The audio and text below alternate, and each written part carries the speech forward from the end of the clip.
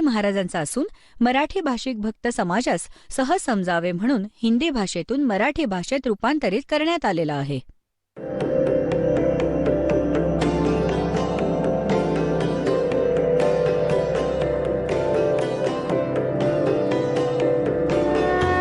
और ज्ञान सब ज्ञान डी कबीर ज्ञान सो ज्ञान और जैसे घोड़ा तोब का करता चले मैदान. जगद्गुरु तत्वदर्शी संत रामपालजी महाराजांचे अमृत वचन सर्व पवित्र धर्मांच्या व पवित्र शास्त्रांच्या आधारावर. जेव्हा आत्मा निर्मळ होऊन जातो, विकार होतच नाहीत, बकवास करण्याची इच्छाच होत नाही, तर ज्ञानाने आता परमात्म्याने हे शिक्षण यासाठी दिले आपल्याला की आपण जे मी सांगेन, परमात्म्याने सांगितले होते की जे ज्ञान आम्ही देऊ, मग आम्ही आमचा एक दास पाठवू. ते तर ज्ञान परमात्मा 600 वर्षांपूर्वी सद्गुरू रूपात देऊन गेले होते.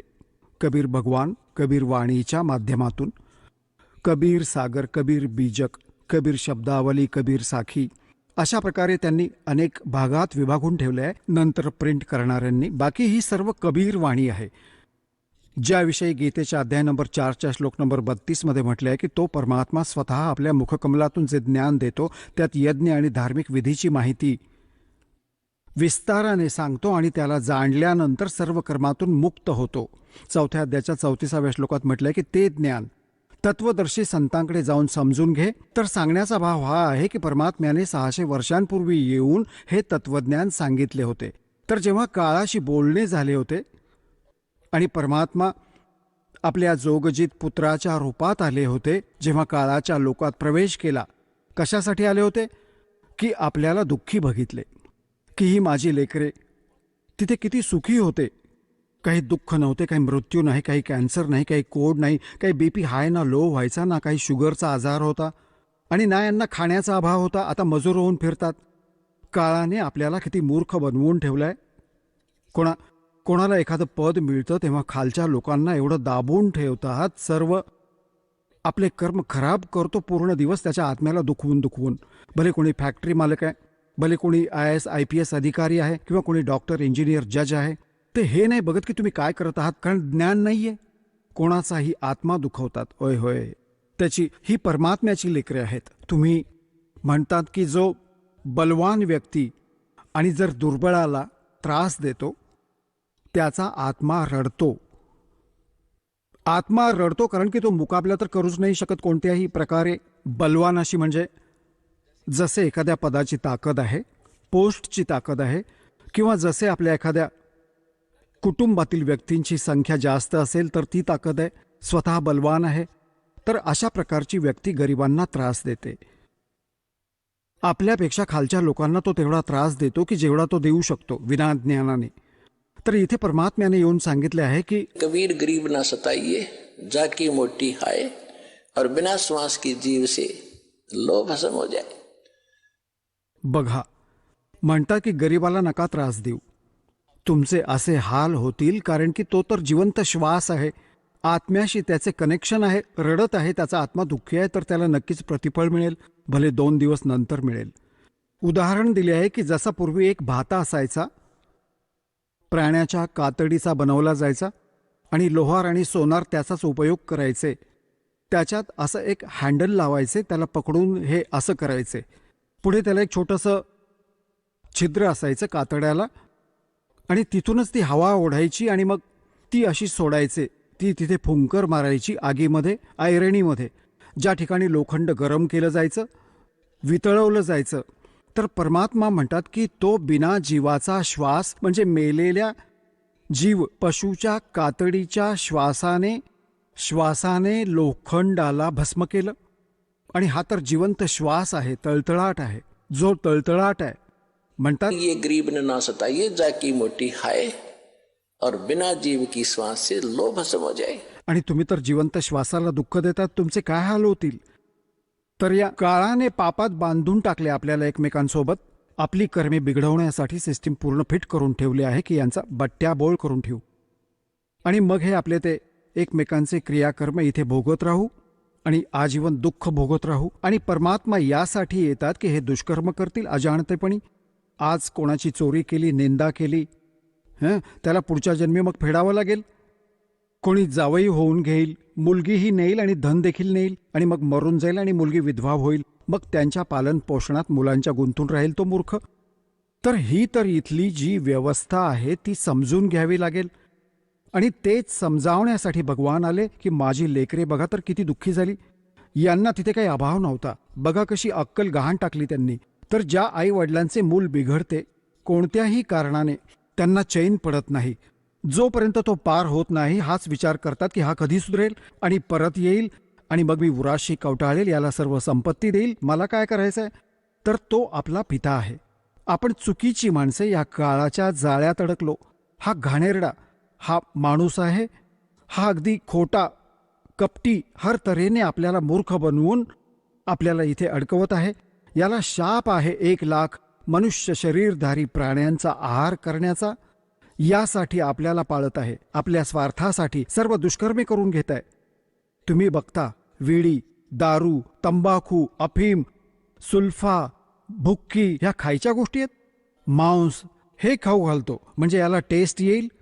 आपण सूक्ष्म स्थूल शरीराने जे खातो, एक आत शरीर आहे सूक्ष्म, त्याच्या आत ह्या सगळ्या वासना डिपॉझिट होतात, त्यात सामावून जातात. काही जास्त आहार तर लागतो शरीराच्या पोषणाला त्या स्थूलच्या. बाकी ज्या वासना आहेत त्याला टेस्ट असते, त्या आत जातात, सामावतात जीवाच्या माध्यमातून. आणि मग हे कव्हर तर वरतीच राहते, ते इथेच सोडून जातात. सूक्ष्म शरीर जेव्हा जाते मनुष्याचे ॲज इट इज राहते, जोपर्यंत दुसऱ्या प्राण्यांमध्ये जात नाही. हे सूक्ष्म शरीर ॲज इट इज असेल तर हे तर असे आहे की जसं साप कात टाकून जातो आणि साप वेगळा होतो, तर आपण तर त्या कातीच्या क्रियाकर्मात गुंतून पडतो इथे. त्याला कधी उचलून गंगेत घेऊन जाऊ, त्या क्रियाकर्म करू. तो साप तर आधीच गेलाय, तो तर नाहीच आहे त्यात. तर मग त्या जीवाला तो तप्तशिलेवर टाकतो. तिथे त्याला वाईटरित्या तडफडवतो, कारण त्याने जास्त हुक्का प्यायला आहे, ज्याने जास्त दारू प्यायली आहे, मांस खाल्ले आहे आणि जास्त भुक्की प्यायली आहे, काही नशेच्या वस्तू आहेत. तर ती टेस्ट आहे त्याची, त्या काळाची, मनाची. हे मन त्याचा एजंट आहे. तर त्यांना जास्त वेळापर्यंत त्या तप्तशिलेवर भाजून घ्यावे लागते आणि तिथे चटकमटक होतात आणि हाहाकार माजतो. ज्यांनी ही बकवास थोडीच केलेली असते ते थोडाच वेळ तप्तशिलेवर राहतात. तप्त अशी तुकडी ही शिला आहे. तवा समजा, मोठा तवा, हा मोठ्या मोठ्या रोट्या करायचा ठेवलेला असतो भट्टीवर. अशा प्रकारची खूप मोठी दगडाची, आणि त्यात ती आपोआप गरम होते. त्याच्या फॅरनहीटचा देखील अंदाज नाही किती गरम आहे. आणि ज्यांनी जास्त हे मांस, दारू, तंबाखू हे सगळे प्रयोग केले आहेत, अजून वासना केल्या आहेत, तर ते जास्त काळापर्यंत दुःखी राहतात, खूप वेळपर्यंत. कारण त्यांच्यात तर जास्त माल असतो, उशिराच निघणार हे सगळं. आणि ज्याने कमी करून ठेवलंय ते लवकर मोकळे होऊन गाढव कुत्रे बनतील. जायचं कुठेही नाही, राहायचं इथेच आहे. तर जिथे या तप्त शिलेवर जीव भाजले जात होते, परमात्मा तिथे येऊन उभे राहिले, आपला पुत्र जोगजीतचे रूप धारण करून. तिकडून काळाने आधी तर त्या लेकरांना समजावलं जे तिथे दुःखी होत होते. ते विचारतात की हे परमात्मा तिथे पोचताच कबीर भगवान, त्या सर्वांची आग बंद झाली. ती भट्टी तर जशीच्या तशी गरम आहे, ती जशीच्या तशी जळत आहे अशी. आणि यांना काही आच नाही, जशी भक्त प्रल्हादाला आच नाही लागली. भगवानांच्या कृपेने एक मांजराचे पिल्लू एका कुंभाराने भट्टी लावली होती. भट्टी लावायचे मडकी भाजायला. कच्च्या मडक्यामध्ये मांजरीची सवय असते कुठूनही पिल्ले उचलून आणायची आणि कुठेही ठेवायची. तिने रात्रीत एका मडक्यात पिल्ले ठेवली. कुंभाराने वेळेत येऊन तो घडा खाली ठेवून दिला. पोचला, जिथे कुठे जागा दिसली तिथे ठेवून दिला घाईघाईत. आणि पुढच्या दिवशी, त्या दिवशी आग लावली त्यात. मग ती मांजर आली हिंडून फिरून, आहार करून. तर तिच्या चारही बाजूंनी रडत फिरते, हाहाकार माजवून ठेवलाय, पिल्ले म्याव म्याव करत आहेत. तर कुंभारीण खूप दयाळू होती, भक्त होती भगवानांची पूर्वजन्मीची. ते संस्कार बघा कसे बिघडतात आणि कसे बनतात. तर त्या कुंभारणीला समजले की ही तर मांजराची पिल्ले याच्या मडक्यात राहिली आणि आता आपल्या आवाक्याबाहेरची गोष्ट झाली. आणि आता आईला माहीत असते मुलांचे काय दुःख असते. ती देखील आई होती आणि मांजरही आई होती. तर त्या कुंभारणीने मालकांना प्रार्थना केली, हे परमात्मा, आम्हाला पाप लागेल, चूक झाली. हे दाता, हिची पिल्ले वाचावीत. तिकडून ती मांजरही आवाज देत होती. तर मालकांनी काय केले बघा, पूर्वजन्मीचे दास ते तुम्हाला सांगत आहे की हा काळ कसे बर्बाद करत राहिला आहे. कारण की अशी परिस्थिती निर्माण करतो की आपण आपली पुंजी संपवतच राहावे. आता बघा तुम्ही पुण्यात्म्यानो, हे तत्वज्ञान आहे. या रामकृष्णाच्या गोष्टी तर कोणीही ऐकवेल उभा राहून, कुठेही ऐका तुम्ही.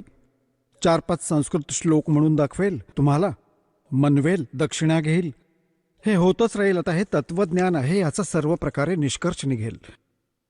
आता प्रसंग चालू आहे की तुमची चोरी होत आहे. तुम्ही इथे पुंजी कधी जमा करता, मग चोर कुठे कसे कसे तुम्हाला लुटतात ठग.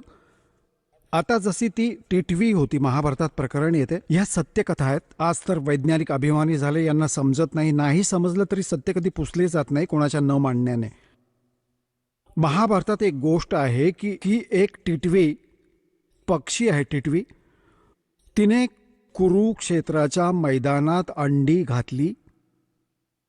जमिनीवर घालते ती अंडी.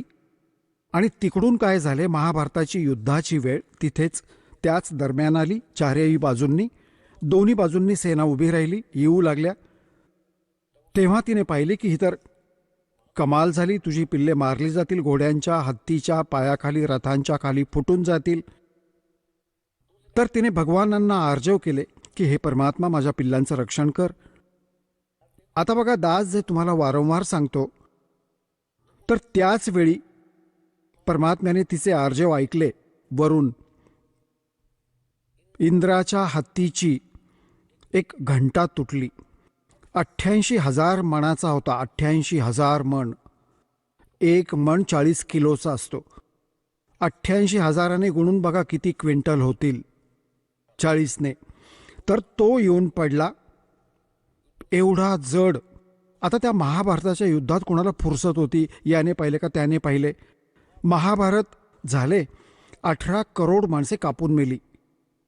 आणि त्या अंड्यांना धक्का पण लागला नाही. ती जशीच्या तशी पिल्ले झाली.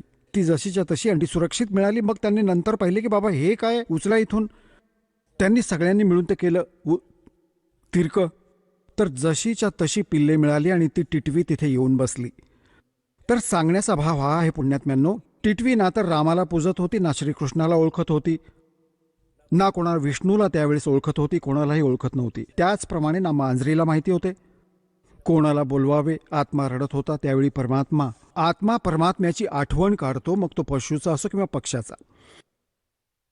आणि त्यांचे कसे ऐकले जाते, जर त्यांचे पूर्वजन्मीचे काही पुण्य त्यांच्या सोबत असतील तर तिथे बचाव होतो. जसे हा दास आधी श्रीराम, श्रीकृष्णजींचा, श्री विष्णूजींचा पुजारी होता, हनुमानजींचा पुजारी होता. आणि घरात जी काही सुखे लाभत होती, सुख आम्ही आधी सुख मानायचो की लग्न झाले, लग्नानंतर मुलगा मुलगी झाली, काय छान झाले. आणि विचार करायचो की माझ्या भगवानाने दिले, श्रीरामाने दिले, कृष्णाने, जे कोणी समोर यायचे त्यांचे आभार मानायचो. ध्यानात येताच की हा हनुमानजींनी दया केली, बाबा श्यामजींनी दया केली.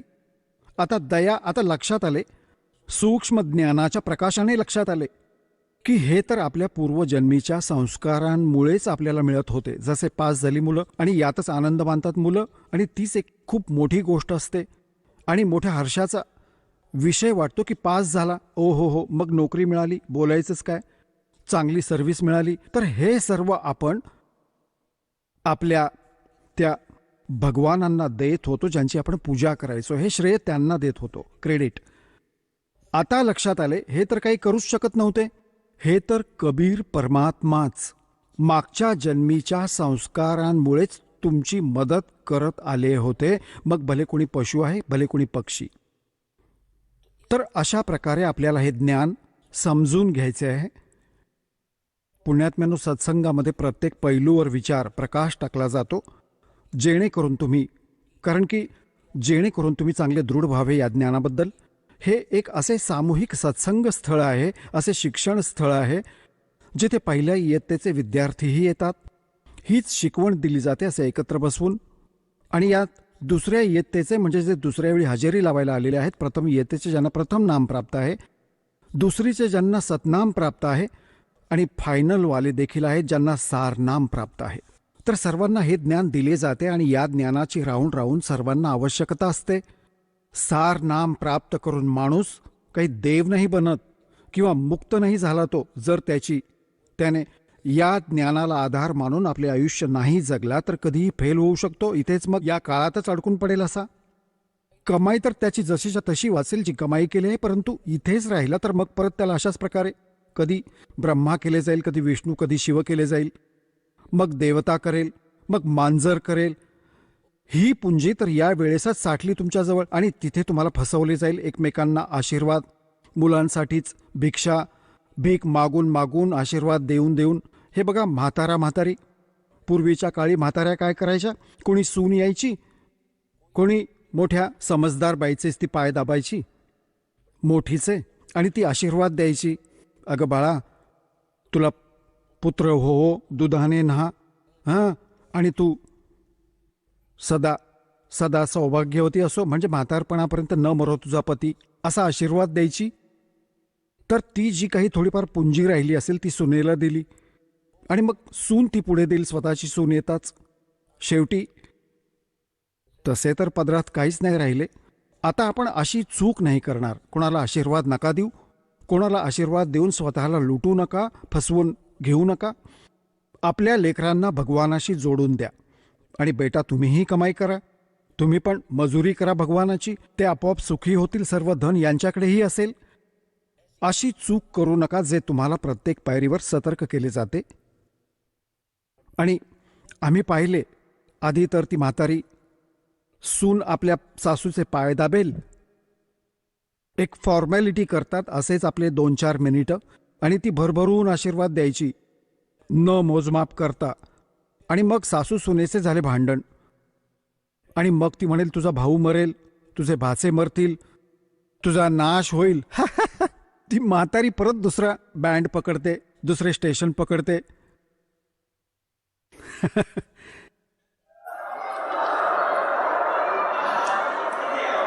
तर असे प्लस मायनस करून काही तर आशीर्वादात गमावले, काही शापात गमावले. म्हातारी भूतनी बनली, गाढवीण बनून हिंडते फिरते, कारण रिकामी झाली.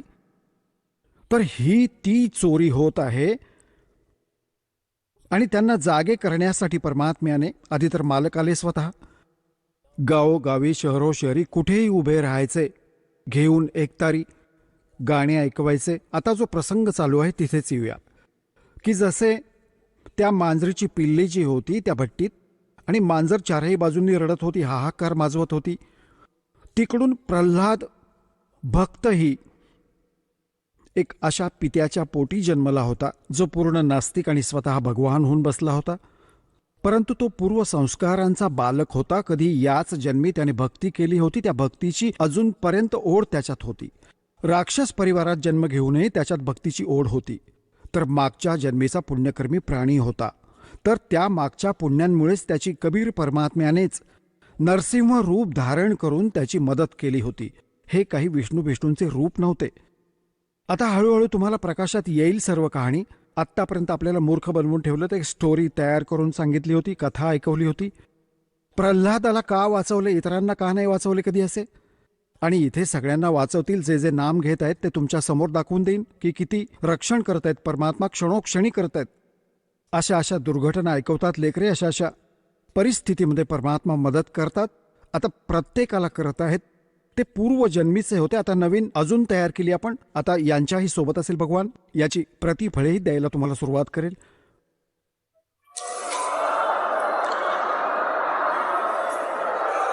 तर प्रल्हाद कच्चा पक्का होता. प्रल्हादाच्या वडिलांनी लहानपणापासून तर भगवानांची भक्ती करायचा, परंतु विष्णूचा पुजारी, जसे ऐकले ज्ञान कोणा ऋषीकडून, नारदजींनी त्याला गर्भातच शिक्षण दिले होते जेव्हा तो गर्भात होता आईच्या.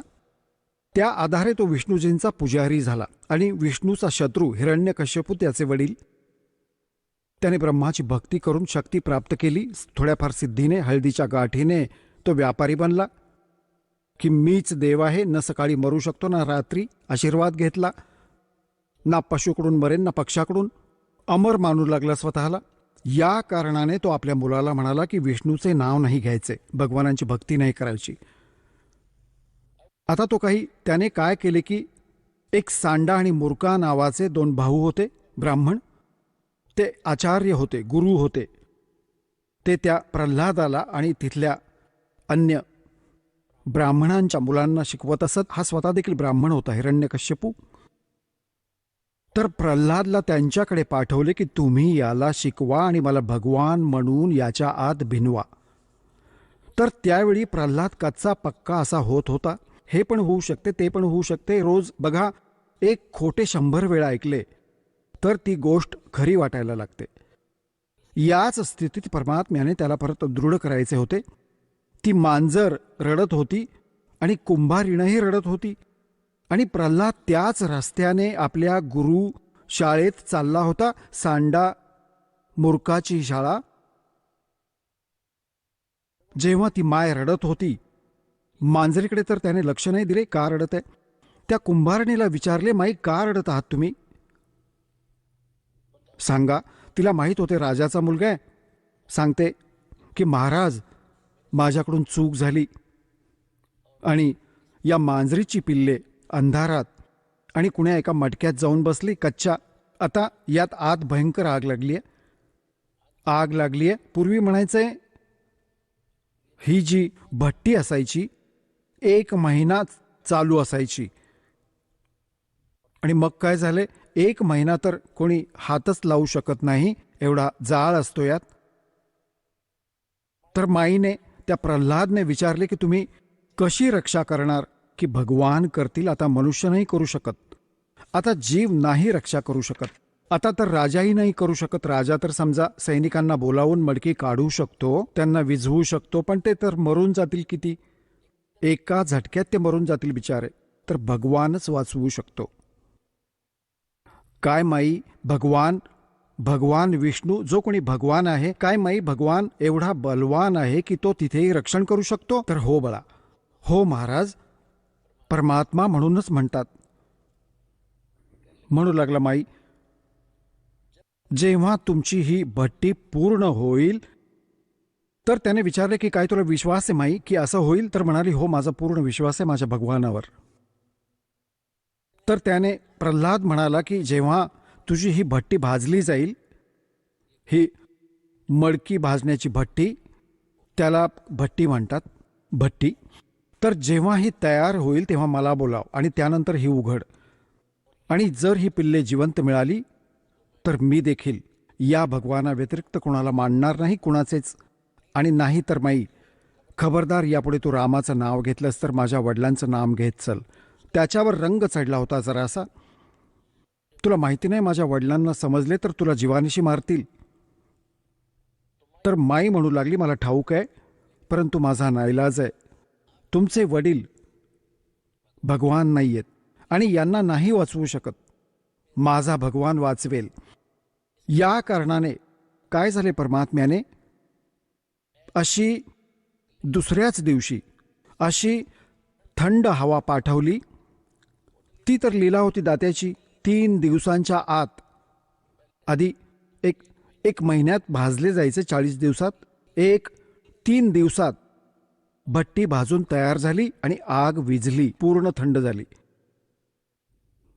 आता राजाच्या मुलाचा आदेश होता.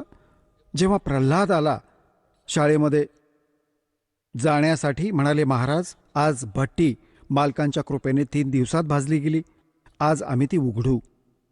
प्रल्हाद तिथेच बसला आणि उघडा. ते काढले. एका मडक्यात ज्यात ती पिल्ले होती त्याला आगीची आच देखील लागली नव्हती. जसंच्या तसं कच्चं होतं, पिल्ले सुरक्षित होती.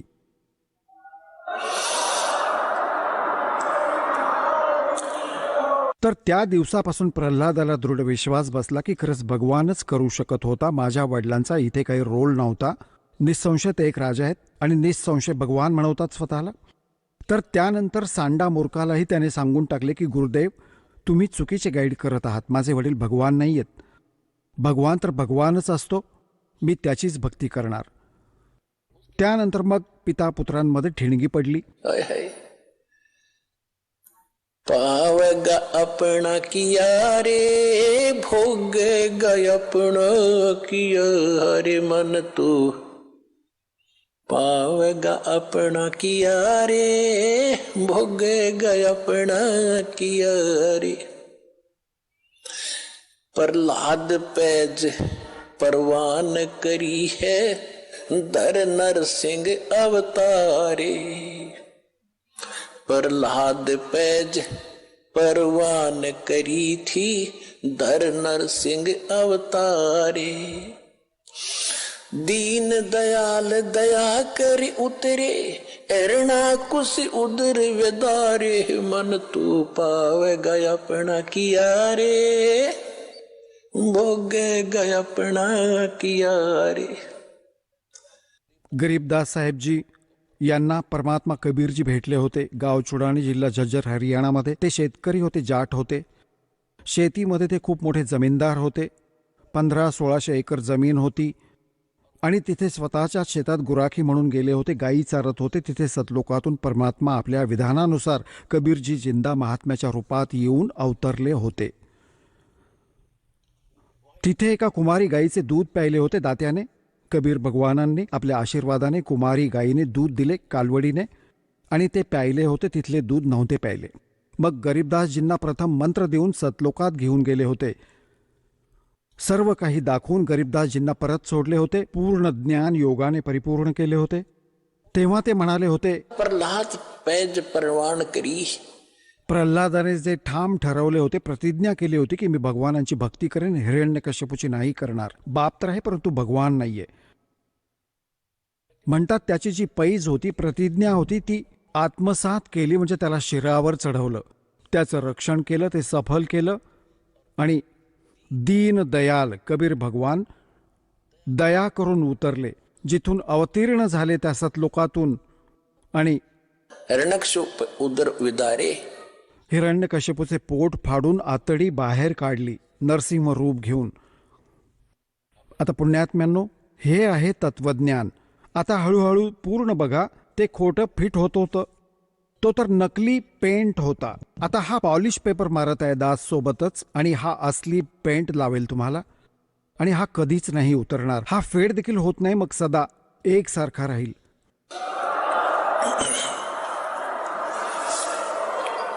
आता प्रसंग चालू होता. कबीर परमात्मा जोगजीत रूपात तिथे उभे आहेत, जिथे तो जीवांना भाजत होता. त्यांच्या जाण्याने त्या तप्त शिळेची एकदम धग बंद झाली, जशी मांजरीच्या पिल्लांना आच नाही लागली. बाकी सारी मडकी भाजली. टिटवीची पिल्ले तिथे वाचवली तात्याने 100 कारणे बनवून. म्हणतात, सोचल छिद्र मैं करूं अपने जन के काज रणक्षपू जो मार दो मैं नरसिंह दर के साज. कबीर परमात्मा म्हणतात, तर ती पण जेव्हा त्यांना आच नाही लागली, अग्नी काही दुःख देत नव्हता, सगळे शांत होऊन बसले त्या तप्तशिलेवर. तिथे पंडितजी देखील होते, ऋषीजी होते, त्यांचे शागिर्द चेले देखील होते, ज्यांना ते मूर्ख बनवून तिथे भक्तीवर लावत होते. ते सर्व तिथेच जळत होते, गुरुही शिष्यही.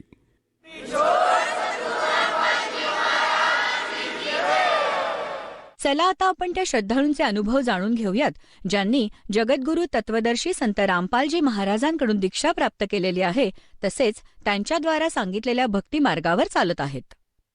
नमस्कार. नमस्कार. आपलं नाव? पूजा गणेश शेळके. आपण कुठून आलात? जालना, महाराष्ट्र. आपण काय शिक्षण घेत आहात? माझं BSc बायोटेक्नॉलॉजी 3rd इयर आता यावर्षी कंप्लीट झालं आहे. संत रामपालजी महाराजांची गुरुदीक्षा आपण कधी घेतली? मी संत रामपालजी महाराजांची नामदीक्षा 2011 साली घेतली. संत रामपालजी महाराजांची गुरुदीक्षा घेण्या अगोदर आपण व आपला परिवार कोणती भक्ती साधना करत होतात? संत रामपालजी महाराजांची नामदीक्षा घेण्यापूर्वी कदाचित अशी एकही साधना नसेल जी आमच्या परिवारामध्ये करत नसेल. माझे जे आजी आजोबा आहेत ते अगोदरपासून खूप जास्त भाविक होते. आमच्या घरामध्ये माझी जी आजी आहे, आमच्या घरामध्ये नवनाथ बसवलेले होते, त्यांना नवनाथांची स्वारी यायची. आजोबा देखील पारंपरिक जी साधना आहे ती करत होते.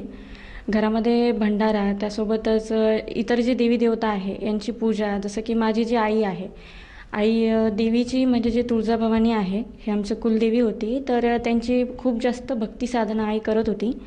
तिला जोगवा मागायची, आईला परडी होती, त्यामुळं देवीचे उपवास पकडणं, सोबतच परडीचे जे जोगवा वगैरे मागतात ते मागणं, त्याच्यानंतर जे तीर्थयात्रा आहे त्याच्यावरती जाणं. माझ्या आजी आजोबांनी देखील तीर्थस्थानावर जे 4 धाम वगैरे आहे ते सगळं काही केलेलं होतं. आणि सोबतच माझा जो मोठा भाऊ आहे तो नरेंद्र स्वामी जे आहेत त्यांच्याकडून त्यांनी उपदेश घेतलेला होता. तो नरेंद्र महाराजांची भक्ती करायचा आणि गुरुवारचा जो उपवास पकडणं, अगदी लहानपणापासून तो गुरुवारचे उपवास पकडणं यासारखी जी भक्ती साधना नरेंद्र स्वामींनी सांगितलेली होती त्याच्यानुसार तो भक्ती साधना करत होता. जो दुसरा भाऊ आहे तो गजानन महाराजांची भक्ती साधना करत होता. त्यांचं जे पोथी आहे पोथीचं वाचन करणे, सोबतच उपवास पकडणे. माझी ताई जी होती, ताई महादेवाची खूप जास्त भक्ती करत होती, महादेवा इष्टदेव म्हणून खूप जास्त आराधना करत होती त्यांची सोमवारचे व्रत उपवास पकडणं, अगदी निराहार राहून उपवास पकडणं असे उपवास देखील ताईंनी केले. सोबतच मी अगदी लहानपणापासून मी जवळपास 3री किंवा 4थीला त्यावेळेस होते. त्यावेळेस दिंडोरी प्रणीत जे स्वामी समर्थ आहेत, ज्यांचं जालना येथे नरिमान नगर येथे केंद्र आहे, तर तिथे भक्ती साधना मी करायचे. मी स्वामी समर्थांना खूप जास्त मानत होते.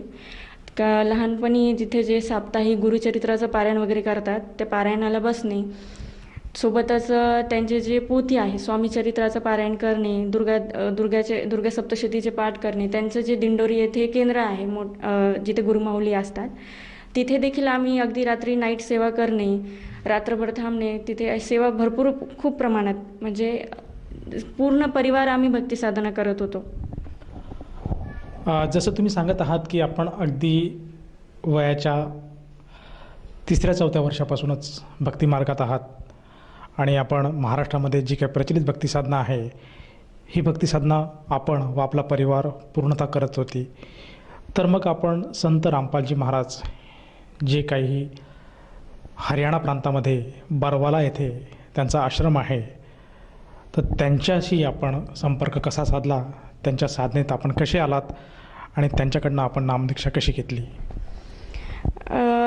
या अगोदर ही साधना आम्ही जी करत होतो या सर्वांसाठी म्हणजे संत रामपालजी महाराज यांच्या शरणमध्ये जाण्याचं कारण म्हणजे जी पारंपरिक साधना होती, एवढी सगळी साधना करत असताना आमच्या आयुष्यामध्ये एवढे दुःख आले की 2009 साली म्हणजे माझे जे आजी आजोबा आहेत, आजींचा जो मृत्यू आहे तो दम्याच्या आजाराने झाला. आजोबांना पॅरालिसिसचा अटॅक आला आणि आयुष्याच्या शेवटच्या श्वासापर्यंत त्यांना बोलता आलं नाही. ही साधना करत असताना त्यांचा असा दुर्दैवी अंत झाला. सोबतच माझ्या घरामध्ये माझे वडील जे आहेत त्यांना व्यसन करायची खूप जास्त सवय लागलेली होती, म्हणजे ते खूप जास्त स्मोकिंग करायचे.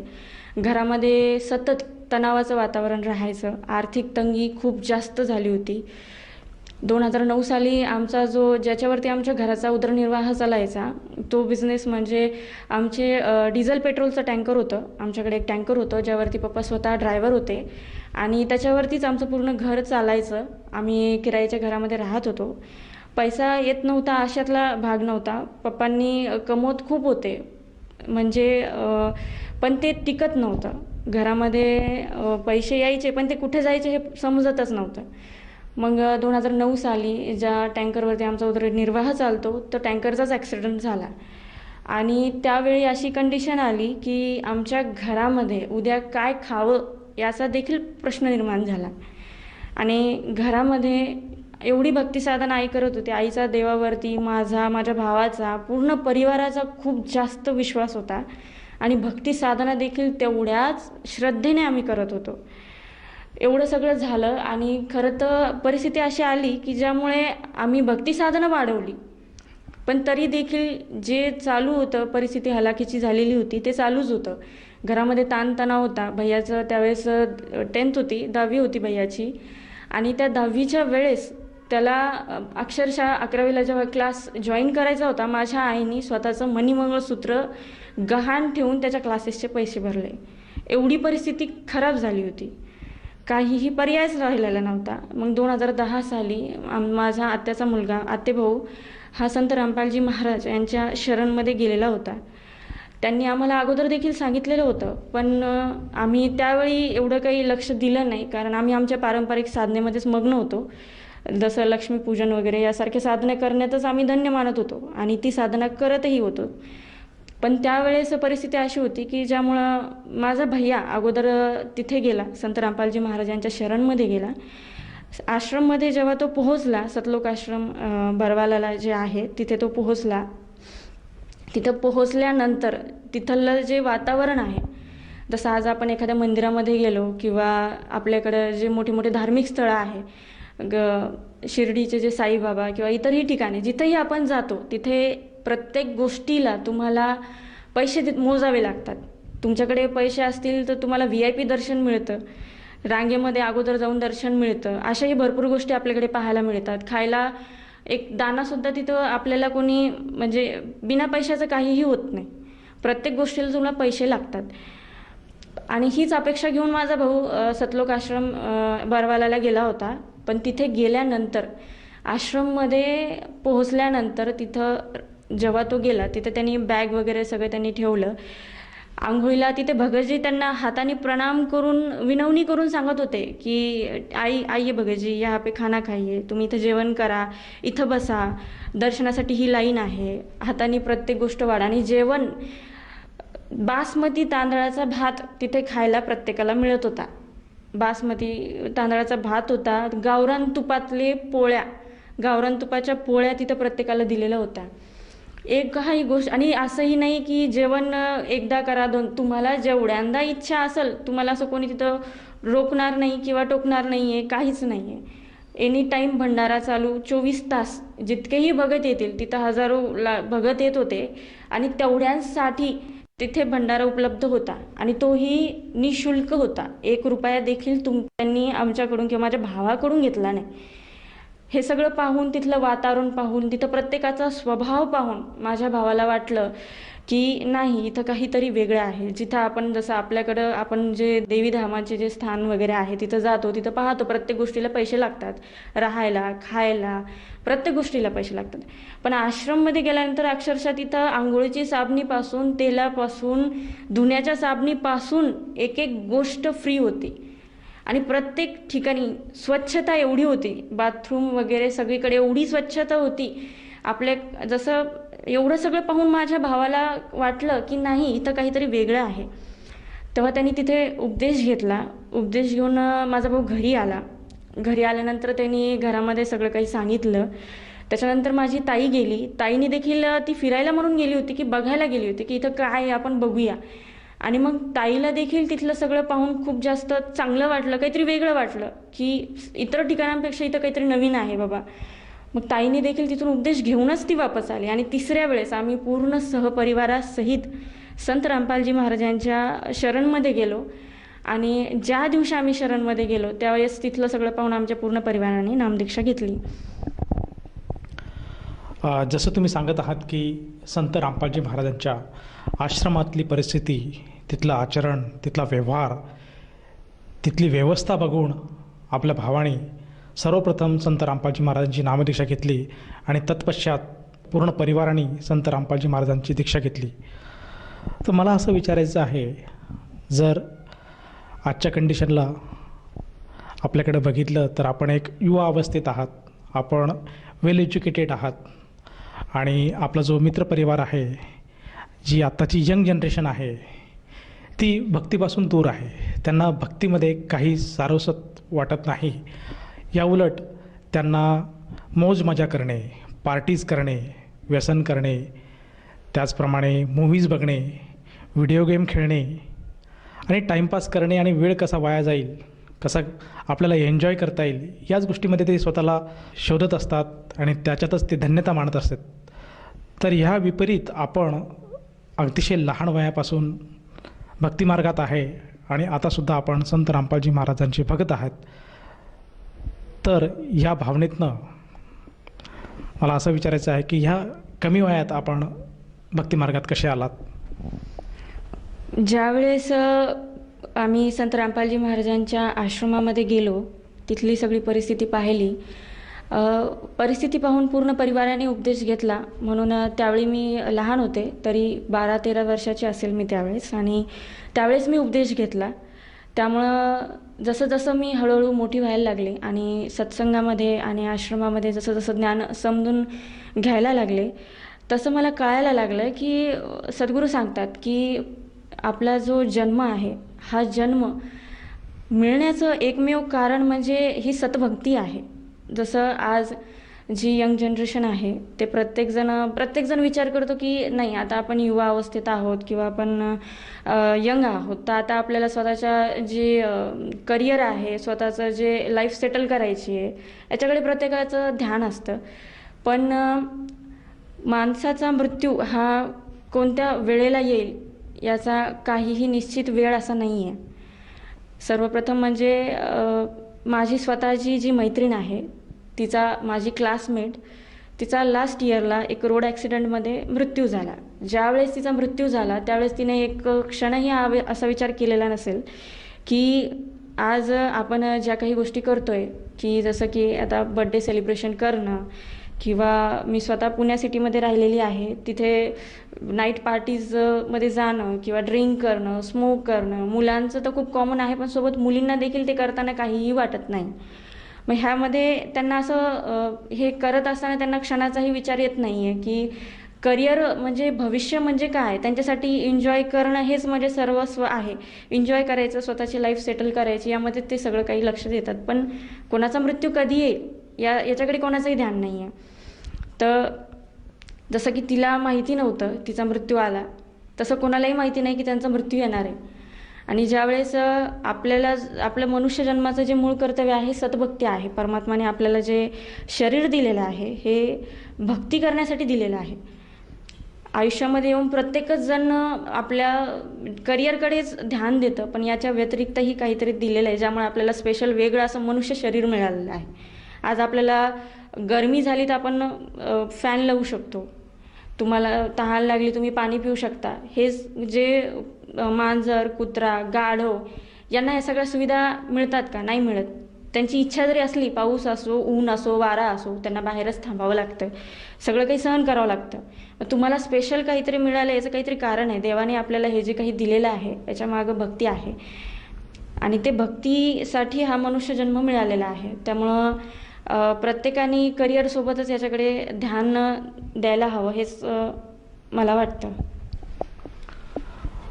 जसं तुम्ही सांगत आहात की भक्ती करायला कुठल्याही वयाची अट नसते, आणि हा जो मानव देह आपल्याला भेटलेला आहे हा केवळ भक्तीसाठी आहे. आणि तेच संत रामपालजी महाराज आजच्या घडीला आपल्या प्रवचनातून, आपल्या सत्संगातून आपल्या अनुयायांना समजून सांगत आहेत. मला असं विचारायचं आहे की संत रामपालजी महाराज अध्यात्म तर सांगतच आहेत, परंतु त्या पलीकडे सुद्धा त्यांनी आज समाजासाठी काही समाजकार्याचं काम केलेलं आहे का? संत रामपालजी महाराज जे आहेत हे एक स्वच्छ समाज निर्माण करण्याचं कार्य करत आहेत. जसं की जे संत रामपालजी महाराजांचे जे भगत आहे, जे ही नामोपदेश घेतात, त्यांना अगोदर काही नियम सांगितले जातात की ज्यामध्ये जसं की तुम्हाला व्यसन करायला जमणार नाही, लग्नामध्ये हुंडा घ्यायला किंवा द्यायला जमणार नाही, स्त्री भ्रूण हत्या किंवा ह्यासारख्या ज्या गोष्टी आहेत ह्या करायला जमणार नाही, हे अगोदरच नियमांमध्ये सांगितलं जातं. आणि जर तुम्हाला ते नियम मान्य असतील तरच संत रामपालजी महाराज सांगतात की तुम्ही उपदेश घ्या.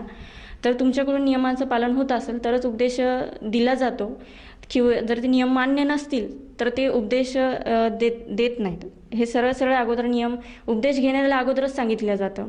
त्यामुळे संत रामपालजी महाराजांच्या शरणमध्ये आल्यानंतर आज हजारो जे जोडपे आहेत त्यांचे जे लग्न आहेत हे बिना हुंड्याचे, एकही रुपयाचं म्हणजे लेनदेन न करता आज कितीतरी जोडप्यांचे लग्न झालेले आहे. प्रत्येक ज्याही वडिलांना मुली आहेत आणि प्रत्येक हलाखीची परिस्थिती असते, तर दिवस रात्र त्या वडिलांना चिंता असते की बाबा आता मुलीचं लग्न जवळ येतं आहे. बरेच जण आपले शेती वगैरे जेवढं काही असेल कर्ज घेऊन कसं करून मुलीचं स्वप्न पूर्ण करण्याचा प्रयत्न करतात. तिला चांगल्यातलं चांगलं स्थळ मिळावं यासाठी जेवढ्या म्हणतील तेवढा हुंडा द्यायला तयार असतात. पण संत रामपालजी महाराजांचे शरणमध्ये जे अनुयायी आहेत त्यांच्या परमात्माने जसं नियम सांगितलेला आहे, सद्गुरूंनी जसे नियम सांगितलेले आहे त्याच्यावर चलून एकही रुपयाचं लेनदेन न करता आज विवाह पार पडतायत, तेही काहीही लोक दिखावा न करता. असुरनिकंदन रमेणी आहे त्यामध्ये जी 17 मिनिटाची असते, त्यामध्ये जे वधू आणि वरपक्ष आहे यामधील 15-15 माणसं एकत्र येऊन साध्या पद्धतीने 17 मिनिटामध्ये रमणी होते आणि त्यामध्ये लग्न पार पडतं, ज्यामध्ये 1 रुपयाचाही लेनदेन होत नाही. तुम्हाला कुठलाही लोक दिखावा नाही, बँड नाही, बाजा नाही, कुठलाही खर्च होत नाही आणि सगळे एज्युकेटेड आहेत जे या पद्धतीने लग्न करतायत. सोबतच संत रामपालजी महाराजांच्या शरणमध्ये येऊन आज लाखो लोकांनी व्यसन सोडले. माझ्या स्वतःच्या वडिलांनी व्यसन सोडले जे त्यांच्याकडून सुटत नव्हतं. ते त्यांनी फक्त उपदेश घेतल्याने त्यांच्याकडून हे सगळं काही व्यसन सुटले. आणि हे फक्त माझ्या वडिलांचाच नाही, कित्येक लाखो लोकांचा अनुभव आहे ज्यांनी उपदेश घेतल्यानंतर व्यसन सोडले, ज्यांना व्यसनमुक्ती केंद्रात नेऊन सुद्धा काही फायदा झाला नाही, अशा लोकांनी देखील इथं आल्यानंतर व्यसन सोडले. 1 रुपया कोणी चोरी करत नाही, जारी करत नाही.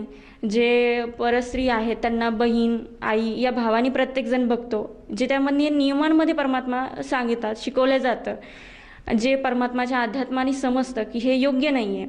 आता सांगणारे संत खूप सारे जण आहेत की सांगतात की हे बरोबर नाही आहे किंवा हे चुकीचं आहे, तुम्ही करू नका, पण ते कित्येक पाळतात. त्यापैकी कित्येक जण ते पाळतात हे आपल्याला दिसूनच येतं. पण इथं आल्यानंतर इथला प्रत्येक भगत तो नियम काटेकोरपणे पाळतो, कारण त्यांना तसे अनुभव आहेत. हालाकीच्या परिस्थितीतून परमात्मा संत रामपालजी महाराजांच्या भक्तीत आल्यानंतर त्यांना लाभ होतात आणि मग त्यांना कळतं की काय योग्य आहे आणि काय अयोग्य आहे. तर आपोआपच त्यांच्याकडून व्यसनं, जे चुकीच्या गोष्टी आहेत त्या करणं, स्त्री भ्रूणहत्या, हुंडाबळी, ज्याच्यामुळे आज बऱ्याचशा ज्या स्त्रिया आहेत ज्या जाचाला कंटाळून आत्महत्या करतात किंवा बऱ्याचशा मुलींना पोटातच मारलं जातं, ह्या गोष्टी इथं आल्यानंतर होत नाही. संत रामपालजी महाराजांच्या शरणमध्ये आल्यानंतर त्यांचा प्रत्येक भगत या नियमांना काटेकोरपणे पाळतो, ज्यामुळे आपोआप एक स्वच्छ आणि चांगला समाज निर्माण होतोय. जसं आपण सांगत आहात की आज संत रामपालजी महाराज यांचा अनुयायी हा कुठल्याही प्रकारचं चोरी करत नाही, जारी करत नाही, भ्रूणहत्या करत नाही, कुठल्याही प्रकारचं लग्नामध्ये खर्च करत नाही, हुंडा घेत नाही किंवा देत नाही. आणि ह्याच गोष्टीमुळे आपोआपच समाज सुधारायला लागला आहे. तर एक मोठं कार्य आज संत रामपालजी महाराज करत आहेत. तर मला असं विचारायचं आहे की संत रामपालजी महाराज हे तर कार्य करतच आहेत आणि ते समाजाला एक अध्यात्मसुद्धा शिकवत आहेत.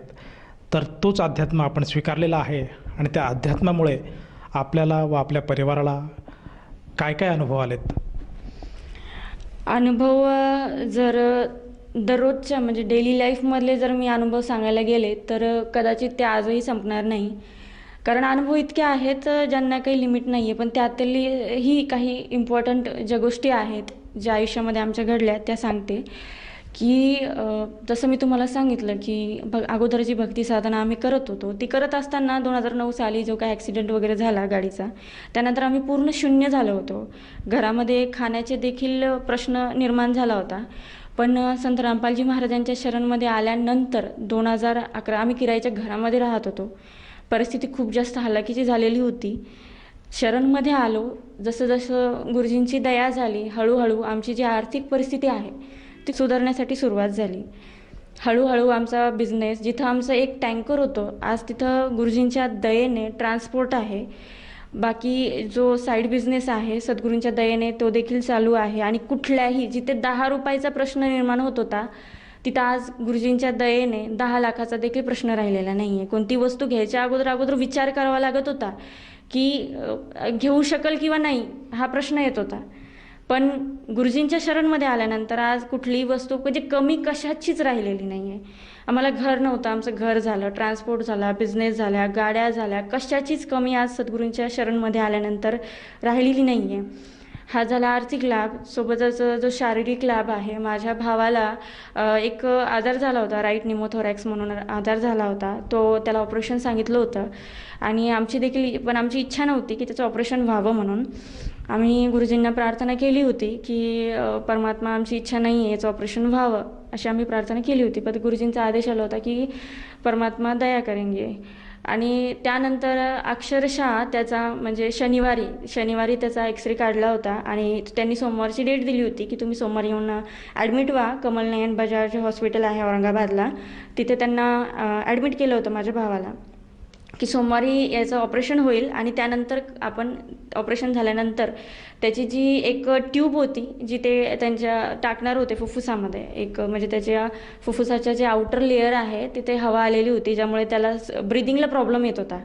त्यासाठी ते एक ट्यूब टाकणार होते आणि जोपर्यंत ती हवा पूर्णपणे गेली नसती तोपर्यंत ती ट्यूब तशीच राहणार होती आणि नंतर मग परत ऑपरेशन करून त्याला प्लेट वगैरे टाकून सगळं काही करायचं होतं, जे खूप कॉम्प्लिकेटेड होतं आणि त्याला खूप जास्त त्रास होणार होता कारण आम्ही तिथं असे सेम पेशंट पाहिले होते. त्यामुळे आमची इच्छा नव्हती की त्याचं ऑपरेशन व्हावं. यासाठी गुरुजीला प्रार्थना लावली, गुरुजीचा आदेश आला. तर सोमवारी आम्ही गेलो. सोमवारी गेल्यानंतर तिथं ऑपरेशन थिएटरला त्याला नेलं. त्याला मुलीचं इंजेक्शन वगैरे चालू होतं, म्हणजे ते भरणंच चालू होतं आणि एक्झॅक्टली ऑपरेशन थिएटरला न्यायच्या अगोदर त्याचा एक एक्सरे काढला होता जो डॉक्टरांनी त्याला ऑपरेशन थिएटरमध्ये नेल्यानंतर चेक केला, ज्यामध्ये त्याच्या फुफ्फुसामधली हवा पूर्णपणे गायब झालेली होती. हा एवढा मोठा चमत्कार आहे की म्हणजे मी घरी रडत होते, माझी आई रडत होती कारण आम्हाला त्याची जी वेदना आहे ती पाहावला गेली नसती.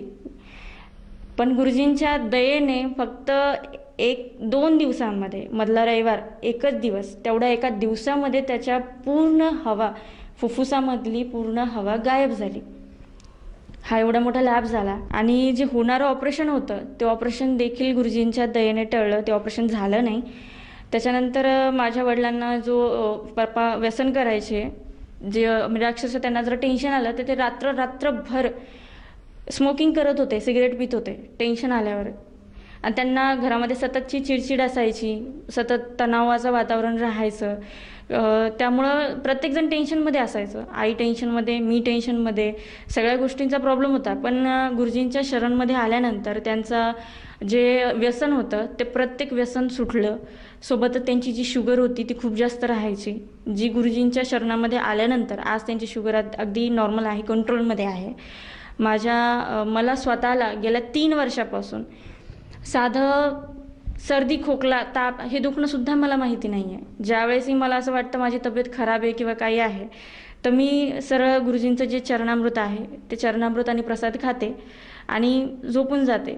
त्याच्यानंतर मला काहीच वाटत नाही. अगदी बॉडी पेन झालं तर बस तेवढंच, बस. त्याच्या व्यतिरिक्त मला साधी गोळीसुद्धा या दुखण्याला माहिती नाही आहे. घरामध्ये हे झालं शारीरिक लाभ. त्याच्यानंतर आम्हाला जे वास्तविकतेमध्ये जो भक्ती, आध्यात्मिक लाभ आहे, माझा वास्तविक जन्म जो आहे तो या भक्तीत आल्यानंतर झाला. मला माझं मनुष्य जन्माचं जे मूळ कर्तव्य आहे ते या भक्तीत आल्यानंतर कळालं. प्रत्येकजण जन्म घेतो, आपण विचार करतो, जसं आपले आईवडील आहेत, आजी आजोबा आहेत, त्यांनी जन्म घेतला, मुलाबाळांचं संगोपन गेलं आणि नंतर एक दिवशी त्यांची डेथ झाली, ते गेले. पण जन्मापासून मृत्यूपर्यंत आपण नेमकं इथं आलोय कशाला? सगळेच जण हेच करतायत, पण यामध्ये नवीन काय?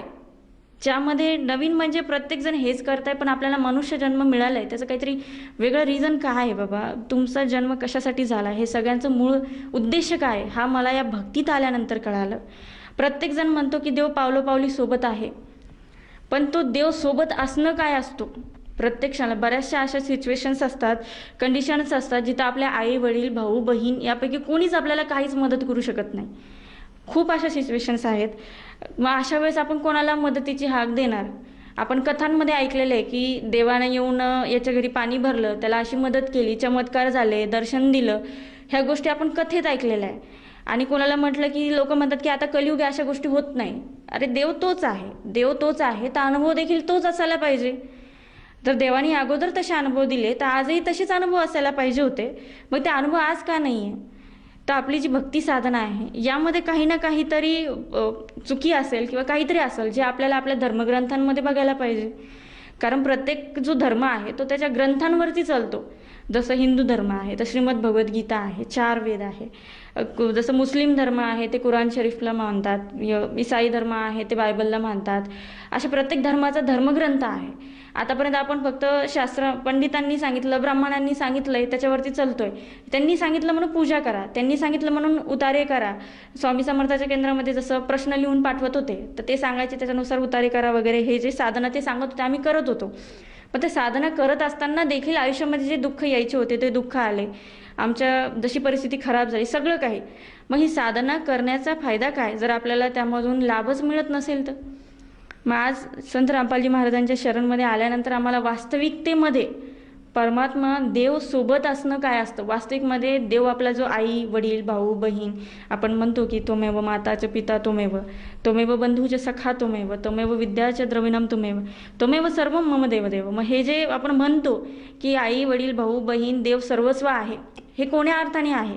भाऊ बनून देव आपलं रक्षण करतो, आई वडील बनून आपल्याला प्रत्येक गोष्ट पुरवणं, गरज असताना प्रत्येक गोष्ट देणं, हे सगळं काही आज आम्ही अनुभवतोय. प्रत्येक क्षणाला इथं गुरुजी आमच्या सोबत आहेत. प्रत्येक क्षणाला असे एक सिच्युएशन नाही आहे ज्यामध्ये आम्ही परमात्म्याला आठवण केली किंवा आम्हाला मदत नाही मिळाली, असं होतच नाही आहे. देव पावली ज्याला सोबत असणं म्हणतात, त्याचा अनुभव आम्ही इथं रोज घेतोय. आणि प्रमाणित भक्ती साधना आहे, शास्त्र अनुसार भक्ती साधना आहे, प्रत्येक गोष्टीला प्रमाण आहे. जसं तुम्ही सांगत आहात की संत रामपालजी महाराजांची शास्त्रोक्त भक्ती आज आपल्या परिवाराने स्वीकारली आहे आणि त्यामुळे आपल्याला बरेचसे लाभ प्राप्त झालेत. खरा अध्यात्म कळाला आहे आणि पदोपदी पावलोपावली परमेश्वर आपल्याबरोबर आहे, आपलं रक्षण करत आहे. तर ह्या आपल्या अनुभवातून, ह्या आपल्या अभ्यासातून आपण सर्वसामान्य जनतेला काय संदेश द्याल? संदेश तरी सांगण्या इतकी कदाचित माझं हे नाही आहे, पण तरी पण प्रत्येकाला प्रार्थना करू इच्छिते की सद्गुरू सांगतात की जो मनुष्य जन्म आहे हा खूप दुर्लभ आहे, हा वारंवार मिळत नाही. त्याप्रमाणेच प्रत्येकाला फक्त एवढी प्रार्थना करू इच्छिते की ॲटलिस्ट तुम्ही प्रत्येकजण एकदा पहा काय ज्ञान आहे. सद्गुरू संत रामपालजी महाराज जे सांगतात ते नेमकं काय सांगतायत. आज एवढे लाखो लोक त्यांच्याशी जुडत आहेत, त्यांच्याशी जुडल्यानंतर त्यांना अशा आध्यात्मिक लाभ मिळत आहेत की जे कदाचित आपण म्हणायचो की हे अगोदरच्या काळी होत असतील. तर असे जे लाभ त्यांना मिळतात, एवढे लोक त्यांच्याशी जुडत आहेत, आज सोशली देखील त्यांचं खूप जास्त प्रचार प्रसार चालू आहे. यामागं काहीतरी रिझन आहे. तुम्ही फक्त, माझी एवढीच प्रार्थना आहे की तुम्ही फक्त एकदा ज्ञान काय आहे हे समजून घ्या. कारण एकदा ज्या वेळेस आपण एज्युकेटेड आहोत, आज आपण शिक्षित आहोत, प्रत्येकाला आपण वाचू शकतो, पाहू शकतो, आपण जे ग्रंथ आहेत, जे प्रूफ सद्गुरू संत रामपालजी महाराज जी सांगतात ते चेक करू शकतो. ज्यावेळेस तुम्ही चेक करसाल त्यावेळेसच तुम्हाला वास्तविकतेमध्ये काय खरं आहे आणि काय खोटं आहे हे समजेल. त्यामुळे प्रत्येकाला एवढीच प्रार्थना आहे की तुम्ही नक्की एकदा संत रामपालजी महाराजांचे जे सत्संग आहेत ते नक्की पहा. आणि सोबतच संत रामपालजी महाराजांचे जे पुस्तक आहे ज्ञानगंगा आणि जगण्याचा मार्ग, हे 2 पुस्तक आहे. हे फ्री ऑफ कॉस्ट तुमच्या घरापर्यंत डिलिव्हर होतात. तर तुम्ही ऑनलाईन देखील पुस्तक मागवू शकता. तुमचा जे नाव नंबर पत्ता आहे तो ॲड्रेस करायचा. संत रामपालजी महाराजांचे जे सत्संग आहेत ते अनेक TV चॅनल्सवरती येतात. त्याच्या खाली एक पट्टी येते ज्यामध्ये नंबर डिक्लेअर केलेले असतात. त्या नंबरवरती मॅसेज करून तुम्ही घरी बसल्या देखील पुस्तक ऑर्डर करू शकता. तर तुम्ही घरी बसल्या देखील पुस्तक वाचू शकता. जसं तुम्ही सांगत आहात की आज समाजाने वास्तवता काय आहे, परमेश्वर कोण आहे आणि मानवजन्म हा कशासाठी मिळालेला आहे हे समजून घेतलं पाहिजे. आणि आजच्या घडीला संत रामपालजी महाराज हे खरं ज्ञान, हे शास्त्रोक्त भक्ती समाजाला देत आहेत. तर ह्या भावनेतनं कोण्या साधकाला असं जाणवलं की आपणसुद्धा संत रामपालजी महाराजांची गुरुदीक्षा घ्यावी, तर त्या साधकाला किंवा त्या व्यक्तीला सद्गुरू संत रामपालजी महाराजांची नामदीक्षा कशी मिळेल? संत रामपालजी महाराजांचे जे सत्संग आहेत ते अनेक TV चॅनल्सवरती येतात. तर त्याच्या खाली एक पट्टी असते ज्याच्यावरती नंबर्स सांगितलेले गेलेले आहेत, दाखवले जातात. त्या नंबर्सवरती कॉल करून तुम्ही तुमचं जे जवळचं नामदान सेंटर आहे तिथे संपर्क साधू शकता आणि तिथे तुम्हाला निःशुल्क 1 रुपयाचाही पैसा न घेता नामदीक्षा मिळते. तर तुम्ही तिथे संपर्क करू शकता. धन्यवाद. सत्साहेब.